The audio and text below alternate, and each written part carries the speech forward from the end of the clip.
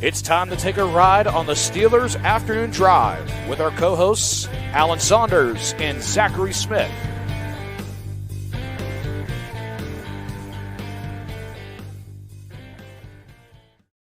Welcome back to another Steelers Afternoon Drive. I'm Zachary Smith. That is Alan Saunders on this Thursday. Yes, it is Thursday, January 16th. Alan, how are we feeling? Feeling good. Snowing, and I didn't have to leave the house today. So, there are some benefits to your team being eliminated from the playoffs as a reporter. Just got to chill here in my T-shirt, which, I'm not saying I'm appreciating it. I'm just saying there's some pluses and some minuses. Forget the house. I didn't have to leave my basement. I haven't left my basement. So I have an hour for lunch where I go upstairs and get something to eat and stuff like that. But I work from down here and then do the podcast from down here. So I've just been down here all day. So I saw the snow briefly. But yeah, I didn't realize. And then my mom and dad obviously traveling to work. So they were telling me about it. But yeah, all good on this. And I'm feeling a little under the weather though. There was something going around in my house a couple of weeks ago and I avoided it. So I don't know if it's catching up to me now, that same thing or what, but I made a trip to Walmart last night. I don't normally shop there a lot, but I was like, I needed some things. I needed some things, and I was like, all right, I'm getting all of the people are gonna be sick. It's the time of year to stock up. I just feel like it's coming. Yeah, absolutely. And my mom works in the school district. She's around kids all the time and brings it into that. Yeah, so my daughter's just a small vessel for illness to travel to our house. There we go. She's not that small, but anyway, carry on. We got questions that we didn't get to yesterday, a couple, as well as some other topics that we obviously want to bring up. And can we just start? I want to start with this because I feel like it's become a yearly thing for an absurd take from Colin Cowherd in terms of how the Steelers should acquire the next franchise quarterback. So I'm just excited to see what next year's brings along. Last year, we had TJ Watt, George Pickens, and 3 first-round picks for them to move up for Caleb Williams. This year, he comes back with basically the same trade from the Steelers side, minus 1 first-round pick. So TJ Watt, George Pickens, and 2 first-round picks to go and get what he believes will be their next franchise signal caller in Shadeur Sanders. So Colin Cowherd now 2 years in a row has thrown out these proposals, and it's like a 4-minute video that I feel like I watched and just wasted time watching, but it's become a yearly thing.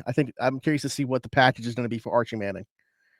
Well, 1 year ago yesterday was the Steelers lost to the Buffalo Bills. So really what we should be doing here, instead of making fun of Colin Cowherd, because that's what he wants, we should just be going back and looking at our takes from a year ago today and just saying everything we said last year all over again. Yeah, I like going on. Go back and get last year's show and just run it in the place of, and you don't have to do any work. It's great. You can actually just take the day off. I like going back through my Facebook memories and just seeing what happened. And it's funny because now, because we've now gone full calendar year and plus of doing this podcast, each day there's at least one of these that pops up. So yeah, a year ago, Mike Tomlin's walk off, and what does it mean? If you remember Mike Tomlin walking off the podium in the way that he did, and then we talked about it. But it's actually just this past week too, when we had our guy Mookie on here, Mookie Hawkins, who covers the Bills, when we had him on the podcast last year. That popped up for me too. But yeah, I'm just trying to think back to what that conversation would have been like. So yeah, it was probably around this exact same time last year when Colin Cowherd threw out that take after the Steelers got eliminated from the playoffs. How are they going to get the next franchise quarterback? That was his solution then, and this is his solution now. Still involves the same 2 players, just 1 less first-round pick to do so.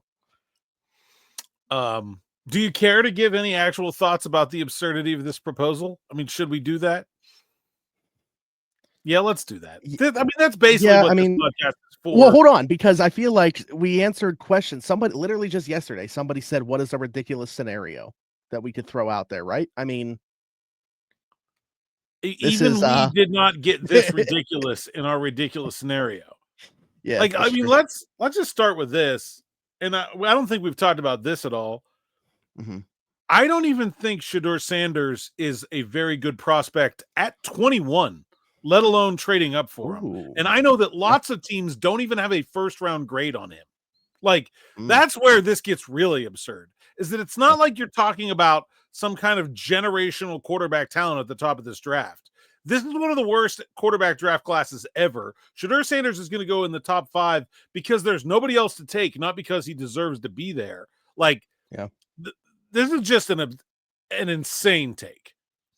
I haven't done any, like big boards or positional rankings or anything like that. I like Cam Ward more than Shadeur. I love Shadeur. I think that, the big thing for him is he doesn't have like anything that pops. Like he doesn't have like those first round traits. So yeah, he's very accurate. I think I will say that the placement at all 3 levels. Yes. Yeah, very accurate. Doesn't throw a lot of interceptions, which you like, but I mean, I think there's real questions about the reading defenses, his ability to throw with anticipation. He holds on the ball way too long, takes way too many sacks for how athletic he is, doesn't seem to feel the pressure very well. And just like, I think to me that almost as much as all that also, like, you're just inviting a circus for a team that like has been trying really hard to get out of the circus. And like, it's not really fair to Shadeur because I don't think he himself has done anything to warrant that. But like, you're just like, what it's going to be like if you have Deion's kid on your team. Do you really want that? Maybe Mike Tomlin's the right guy to be in charge of that. I don't know. And George Pickens on his way out. So, maybe some of that going out the door. Maybe. I don't no, but in terms of that return, I guess he is out of this trade. Yeah. I mean, gosh, if the Steelers are really trading George Pickens, the last thing they should do with that pick is draft Shadeur Sanders. Like, come on. Yeah. No, it is. It's interesting in that I understand what Colin's going for in terms of the haul it would take to get a franchise quarterback, but I agree that like this isn't the guy or the class to do that for. Yeah. I would not even want him at 21. Like I don't think Ward I would take before then, but I think the mess to me is can you get behind this guy for a decade? And like, I don't know. I don't from know. A player perspective, I think I would take him at like we've talked about. They just got to throw darts at the position. Player I would take top 10 easily. Yeah. But I think the mess is, I don't know how you get over that when you're talking about a franchise quarterback. I don't know. Yeah. Well, okay, so let's talk about the TJ Watt aspect of that, because this is an interesting question that I think we can bring in right now. This was left over from yesterday. Somebody asked us if we thought the TJ's best years have happened already, or if we still feel like there's more to give in that respect. Obviously, the production down a little bit this year. I think you can argue like the last month of the season, where was TJ Watt? That's the big question, I think, amongst Steelers fans. We've talked about the fact that we talked about, obviously he had the touchdown against Kansas City, but like the lack of playoff moments as well that TJ Watt has had. Not that it's necessarily an edge rusher stat, but has not won a playoff game yet. Do we feel like his best years have happened already? Or do we feel like there's still more meat on the bone there if what he said is true, where he's going to be more open to moving around the formations and stuff like that? Well, TJ Watt's best year is the best year for an edge rusher in NFL history. So, yeah, I'm going to guess that his best year is behind him. That's not, I don't think that's a hot take. Like, I think TJ Watt is going to have 23 sacks in the future? No, probably not. Like, that's almost impossible. Do I think TJ Watt is still going to be an all-pro / defensive player of the year caliber player? That's the real question here, right? It's not whether he's going to break his own sacks record. It's, will he still be a player that is in the conversation as defensive player of the year going forward? That's a tough question. I don't think you should write him off, but I think there are some concerns from this season that I need some answers to feel good about going forward. Like, it's not quite where Cam Hayward was this offseason, but it's sort of similar in that, like, not that what TJ was this year was bad, but what TJ was this year was very different than what TJ had been before. And I'm not saying I wouldn't sign up for what TJ was this year going forward, because I would. It's just not what we've been accustomed to seeing. Yeah, it's such a tough conversation for me to even like wrap my mind around the idea that because I agree, like from a statistical standpoint, I don't think he's ever going to achieve again what he did in, was that 21 where he had 22? Yeah. I don't think that we see him get to that or break that by any means, but like, stats aside, just like, going back to like sometimes the process over that, what's he looked like from an eye test perspective, like I unfortunately feel like we have seen the best use of TJ Watt. And that's not to say that he's still not going to be a productive player for a few years, but we've talked about this before. Like, what is a realistic expectation for when this guy does start to potentially fall off of a cliff? Is maybe kind of another conversation here, is maybe getting in a more creative defensive coordinator that can do more with the front seven an answer to elongating his career. I don't know. What's your thought on that? Yeah, I mean, I think a lot of the problems this year were schematic, not TJ. Obviously, it dealt with some health things too, but like, yeah, I mean, I think there's schematic answers to some of these problems. How much of a difference does that make? I think that's the real question, right? Like, I know a better defensive scheme can get TJ more sacks than he got this year. How many? Like, is it 2? Okay, because like that, is it 6? Oh, that's a big deal. Like, I think he can still be an effective player. The one thing I will say is that TJ is not like a dominant athlete for his position. Like, when you compare him athletically to a guy like Myles Garrett, like they're just not the same, right? And so I think that probably should give us reason to suspect that like his aging curve is not going to go as gracefully as some other people might. Just because like he gets by on a lot of technique, knowledge, things like that already. Whereas like, someone who is a physical powerhouse that gets by on that then can learn those, understand, they can turn themselves into that technician as they age. Someone who is already that doesn't really have anywhere to pivot to if the physical tools do start to decline.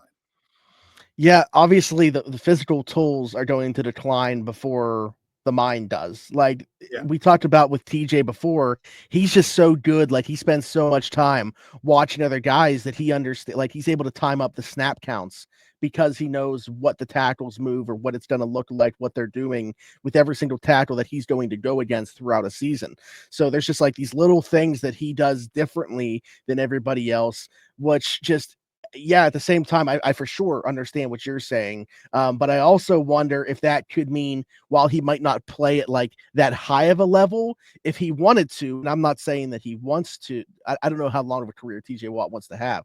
Maybe he could have a longer career than most, but it's just not as productive on the back end of that. You know what I mean?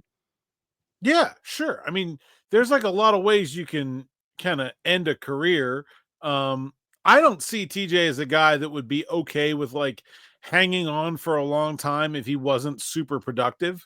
Yeah, just being like a rotational guy that gets like 5 sacks, something like that. Yeah, Yeah, I don't see like I'm trying to like I know there's been guys that have done that recently, and now I'm struggling to well, what about, I mean, now he changed teams, obviously, but like Terrell Suggs when he went to the Cardinals, something like that.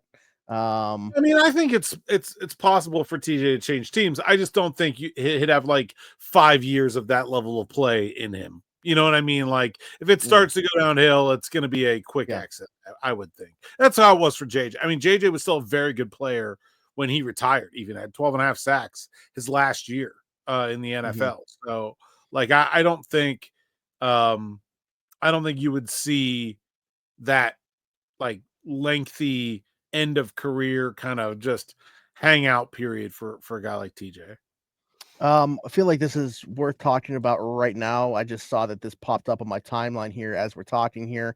But Andrew Filipponi, 93.7, said Steelers insider Ray Fittipaldo doesn't get the sense Teryl Austin or Pat Meyer will be let go by the Steelers. They are both under contract for 2025. So something that we had talked about, didn't know the contract status of the again, is that 100% fact coming from Ray on 93.7 to Filipponi. I'm not sure, but that's obviously something that we've talked about, thinking, are they going to move on, get another DC, or do they even have to move on, or just let his contract expire? Pat Meyer is the one I actually thought, regardless of not knowing his contract status, that they would potentially move on from. So where are we at with that?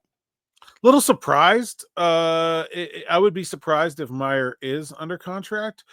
Almost always those are 2-year deals. So okay. That's a little surprising to me. I had been sort of operating under the assumption that his contract is expiring. Again, like, these details are foggy. Like, and again, TAs, I really don't know. His is even more complicated because he was already here before he was promoted to coordinator and had run through one contract and gotten a second one as senior defensive assistant. So like, what was his contract status when he got promoted? Did he get more years when he got promoted, or did he, I don't know. So like that's difficult for me to speculate about. We actually got a question about this, which I feel like is worth bringing up right now. From Alex Brodsky, said, could you maybe do a breakdown of coaches' contracts? Are there cap implications? Why aren't they as visible as player contracts? Are there penalties for firing coaches? And do you get comp picks if they are hired elsewhere? So a lot of questions within one question from Alex. Yeah. So why aren't they as transparent as players? Because there's no salary cap for coaches. So the reason that there's transparency for player salaries is because of the salary cap, is because you are spending a portion of the whole with each player, and that gets reported to ensure compliance, right? The other teams want to know, make sure that everybody else is playing within the rules. So the NFLPA puts out information about everyone's salary so that the other teams can make sure that their competitors are playing within the rules. So that there is no salary cap for coaches. You can spend as much money as you want on coaches. The Steelers do not spend very much money on coaches compared to other teams, both because they have a smaller coaching staff and just because they do not necessarily pay as well as some other teams do in general, or at least that's what I've been told. So, usually speaking, position coaches get 2-year contracts and coordinators get 3-year contracts. At least that's how the Steelers have operated. I can't speak for every other team, but there are always exceptions and there are always differences and all that stuff. Are there penalties for firing a coach? Yeah, you got to pay them. This is not like players where you cut them and their contract is not guaranteed. The Raiders are about to be paying 4 head coaches once they hire their next one. If you fire a coach, you still have to pay them. So, like, one of the reasons, like, the Steelers just do not fire coaches that are still under contract. Very rarely. And when they do, they usually don't replace them. So, like, when they fired Matt Canada, they didn't hire somebody else to be offensive coordinator from the rest of the season. They just gave Mike Sullivan and Eddie Faulkner additional responsibilities and kept their payroll the same. So if you're going to fire a coach that's under contract and you're going to replace him for the following year, you're doubling your expense. At least if you're paying the new guy the same, you might have to pay him more. So you're doubling your expense at that slot on your coaching staff. Now, sometimes these slots can be a bit fungible, right? So like Mike Sullivan, I assume his contract is probably up and that they're probably going to let him go after he kind of just hung out. And I mean, he had a role this year, but it certainly wasn't the same one he had before. Okay, so maybe if they need to, let's say they want to move on from Pat Meyer as offensive line coach and he is under contract, okay, they could move that salary over and spend it somewhere else. And, you can kind of move some parts back and forth. But, yeah, you got to keep paying the guys that you fire as coaches, and it gets expensive. Some of these teams spend a lot of money on coaches that are not coaching for them anymore. The Steelers do not really do that. As far as the last part of this, you do not get a compensation from the team that is hiring your coach away as long as that coach is being promoted. So if you have a position coach that's hired as a coordinator, if you have a coordinator that's hired as a head coach, if you have a sub-position coach that's hired as a position coach, you can't stop that person from taking the interview. You can't stop that person from taking the promotion with another team, and you get no compensation for it. Now, teams do not have to let coaches go for equivalent jobs.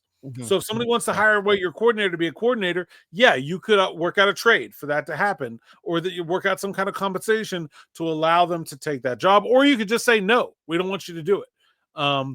There is a portion of the Rooney Rule where if you lose a minority coaching candidate to a head coaching job or a minority staff member to a general manager job, you get 2 third-round picks as compensation. Those just come from the league. They don't come from the team doing the hiring. It's like bonus draft picks, like a compensatory pick for losing a free agent. Works the same way.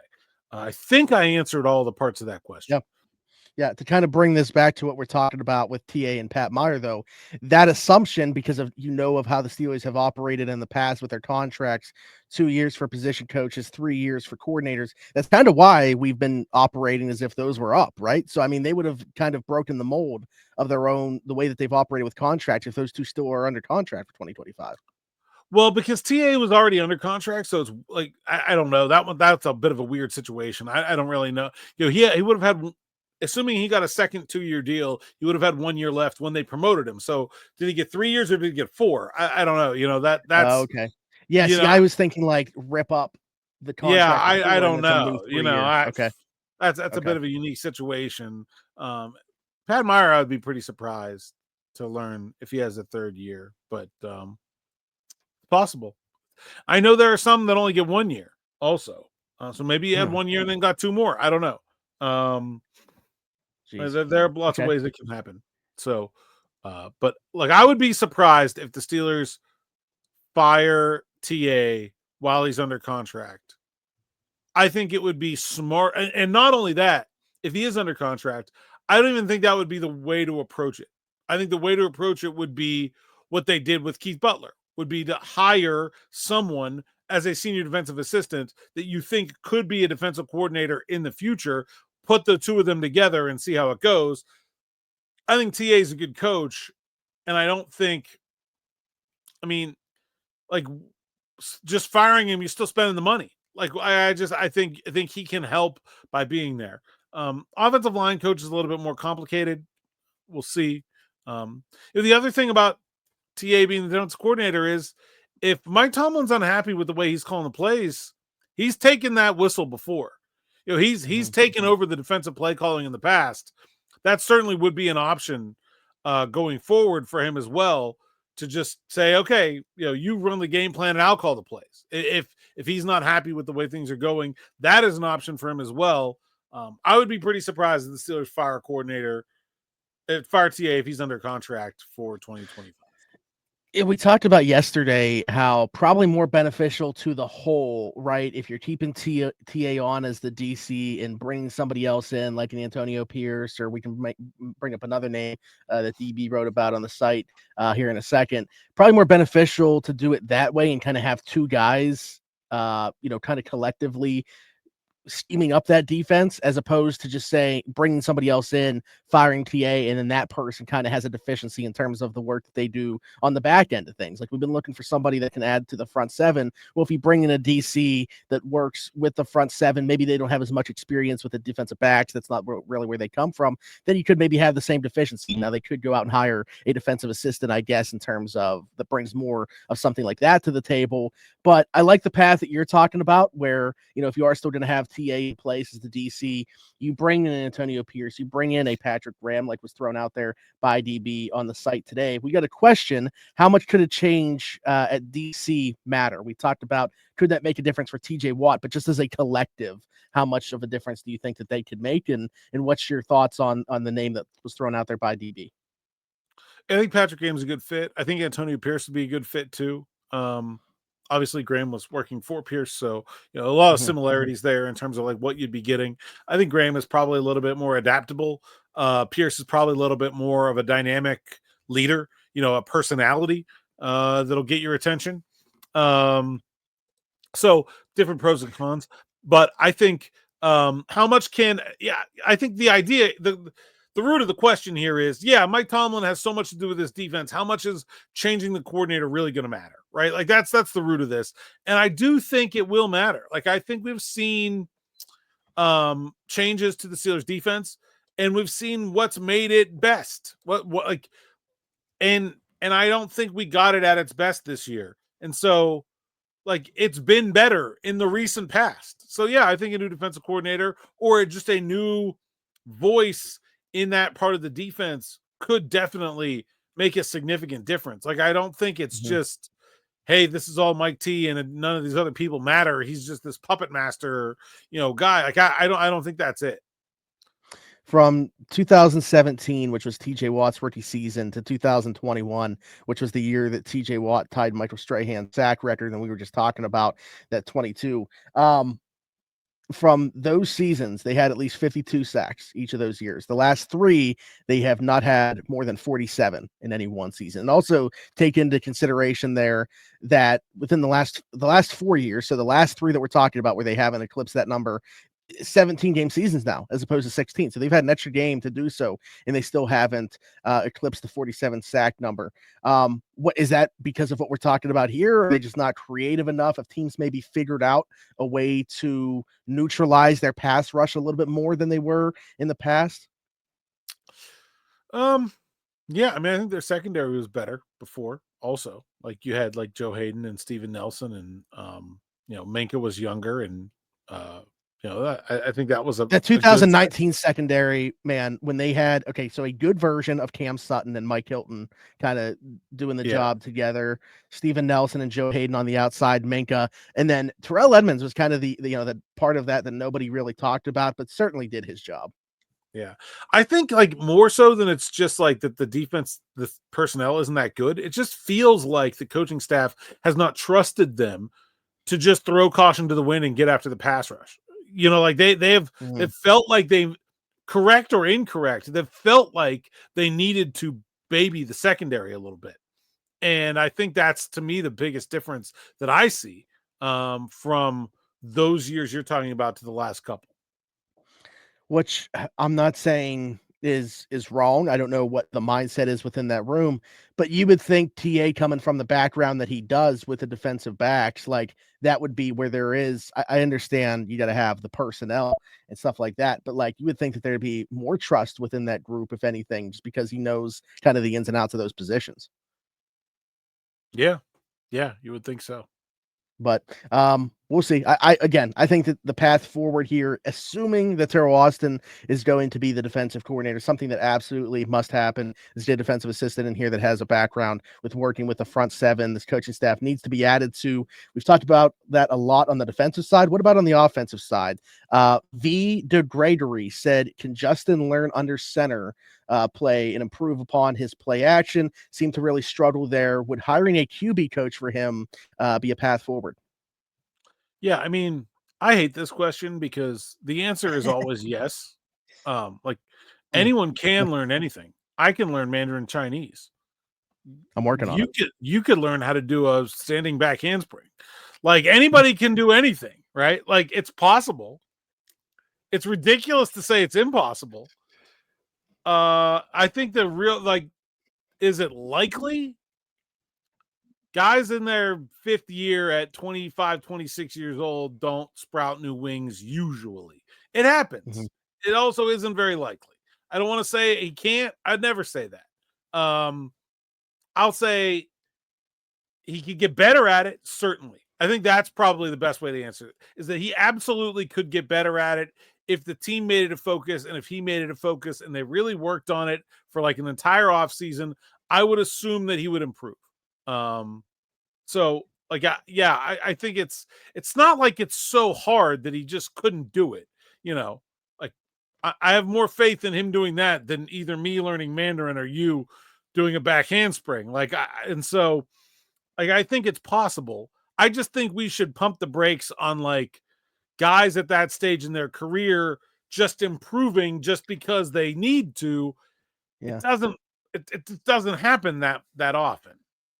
And based off, how you said that, improving 5th or 6th year doesn't really happen that often. It's why, to me, it's like kind of hard to, and I'm curious to get your perspective on this, how you would divvy up the blame in terms of like him as a player and just not being very good at it, but also like the coaching that he had early in his career and the circumstances he was put in early in his career. There are some teams that don't care if you can't do it. And he's been on a couple of them. Some offenses that never want to do it. So it's not really anybody's fault. It's just the way that his development worked. That not very many college quarterbacks go under center anymore. And I watch a lot of college football. Almost everybody's in the shotgun or in the pistol. So, Yeah. it's something that if you want to be a pro quarterback and you want to play in certain offenses, you got to learn. But that doesn't mean it's going to come naturally to you or that you're going to be good at it when you go try to learn it at the NFL level. And so I don't really blame anyone other than it's just the way football is right now.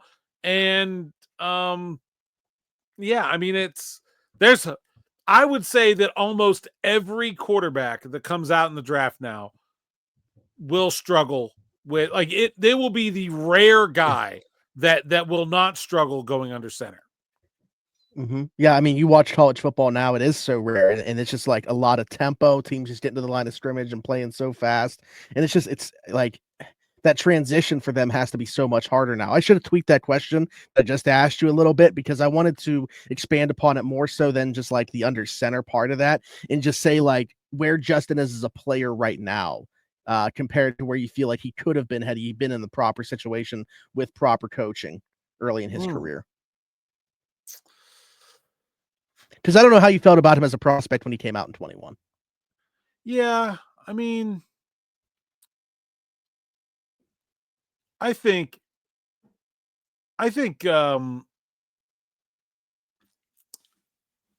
is it possible that coaches screw up players? Yeah. Is it possible that situations screw up players? Yeah. I just think in general, like,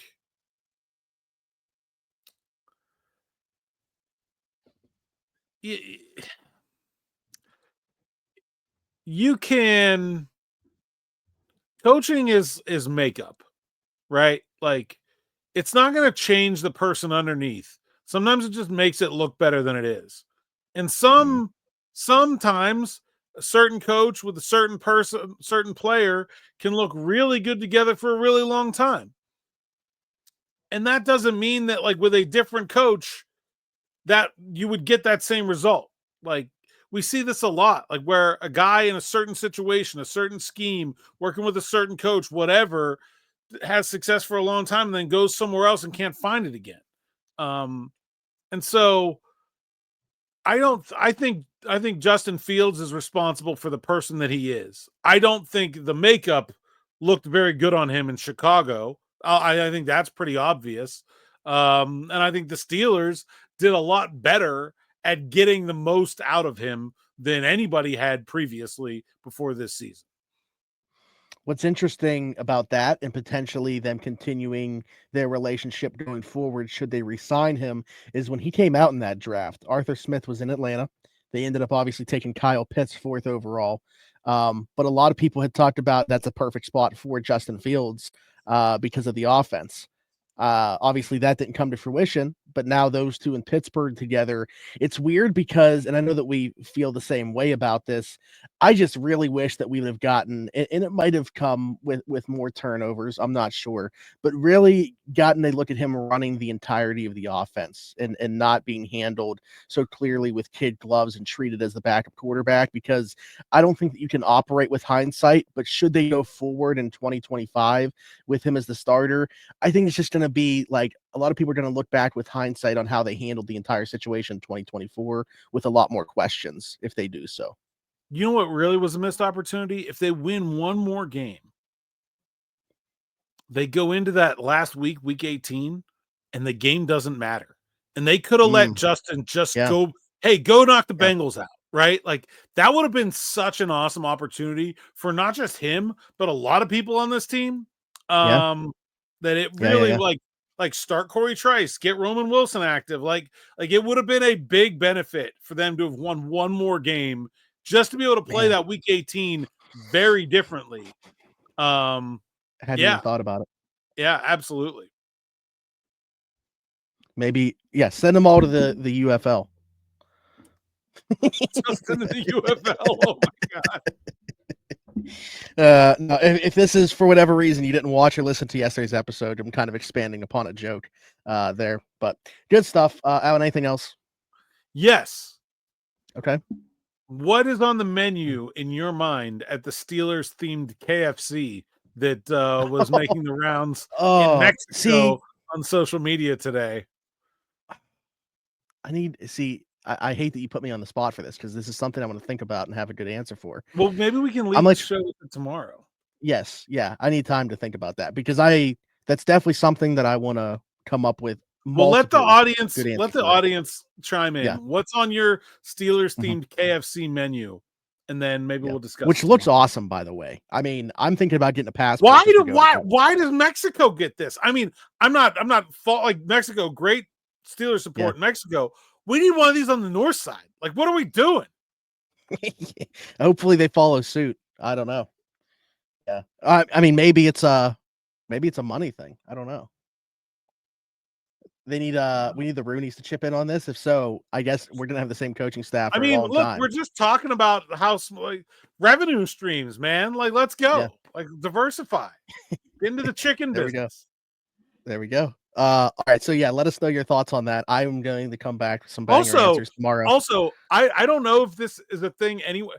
In fact, the KFC is the arena sponsor of Louisville basketball. It's the KFC Yum Center. I don't. Is there a KFC in the building? Like a KFC would be weirdly like.